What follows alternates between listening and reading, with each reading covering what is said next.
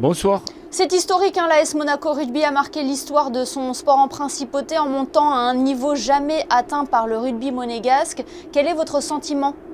C'est un sentiment de joie, de travail accompli par tout un club, par évidemment un staff d'entraîneurs et des joueurs qui ont décidé à un moment de l'année, parce que ça n'a pas toujours été facile, de se dire on va arriver à faire quelque chose de beau, je pense qu'on va le faire, et ils l'ont fait. Donc effectivement, c'est historique. Le recrutement avait été taillé pour la montée, aussi bien du côté des joueurs que de l'entraîneur.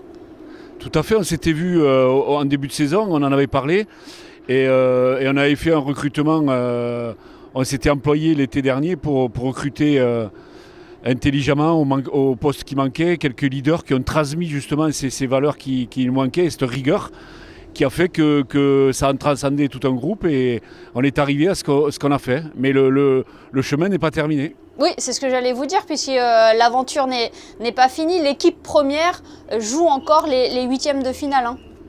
Exactement, on va se rendre du côté de Aix le 5 juin pour jouer les huitièmes de finale. Donc il reste 16 clubs en France, on en fait partie.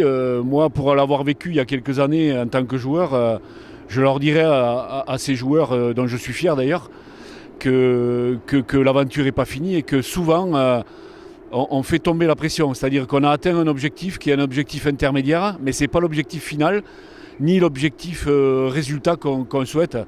Donc je pense qu'ils sont conscients de ça, mais inconsciemment, dans les têtes, ça joue. Ça joue parce qu'il y avait tellement de pression sur la montée que du coup on se relâche. Donc c'est à nous et aux entraîneurs et aux dirigeants, à l'ensemble du club, à leur remettre cette pression-là qui risque de tomber inconsciemment. Et avec cette pression, ils ont les moyens d'aller au bout ? Ils ont les moyens. À hauteur des huitièmes de finale maintenant, ce sont des matchs couperés. Il faut un peu de tout. Il faut de la discipline, il faut de la réussite. Et souvent, un peu de chance. Bon, il faut des qualités parce qu'il n'y a pas que la chance. Mais c'est un cocktail de ce style-là qu'il faut. Et souvent, on est proche et on n'y arrive pas. Donc, ce sont des petits détails qu'il va falloir corriger pour pas tomber dans la défaite dès les huitièmes. Comment on pourrait qualifier ce groupe, cette équipe première de l'AS Monaco Rugby, Vincent Romulus ? Elle est allée vraiment arracher cette accession en Fédéral 2. Tout à fait, parce que, comme on l'avait évoqué en août dernier, on n'avait pas encore notre identité, puisqu'on est quand même à Monaco. On a recruté 15 joueurs sur une feuille de match de 22. Le tour n'était pas joué, même si les gens ont des qualités, que ce soit en foot, en rugby ou en basket. La mayonnaise ne prend pas toujours. Et cette mayonnaise, elle a pris très tard, mais elle a pris tard et au bon moment. Donc peut-être ils sont en train de se créer leur identité à eux. J'espère, si cela crée, on restera avec au moins 95%, si ce n'est 100% du groupe l'an prochain. Voilà, c'est encourageant pour la Fédérale 2 la saison prochaine.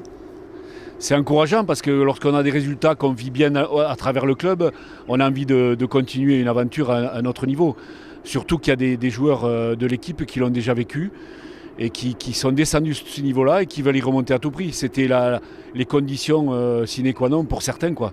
Donc j'espère qu'ils nous feront encore confiance, qu'ils feront confiance au club, mais je pense qu'il n'y a pas de raison et qu'on repartira de plus belle en août prochain.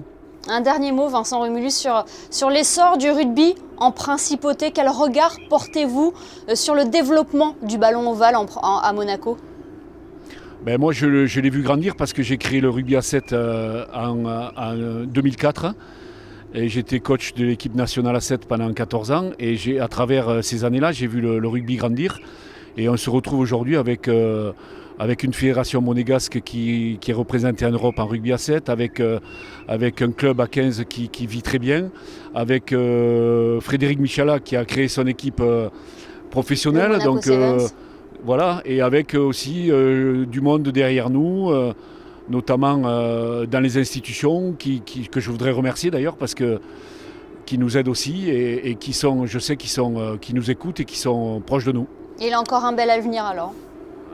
Il a un bel avenir et ce qui serait intéressant, c'est que pour l'anecdote et pour l'avenir, c'est qu'on puisse fêter notre montée ou peut-être un peu plus dans notre année, dans notre futur clubhouse qu'on attend et qui va arriver dans peu de temps. Très bien. Eh bien, merci beaucoup Vincent Romulus d'avoir été avec nous ce soir sur Monaco Info. Et puis on croise les doigts donc pour les huitièmes de finale. Merci.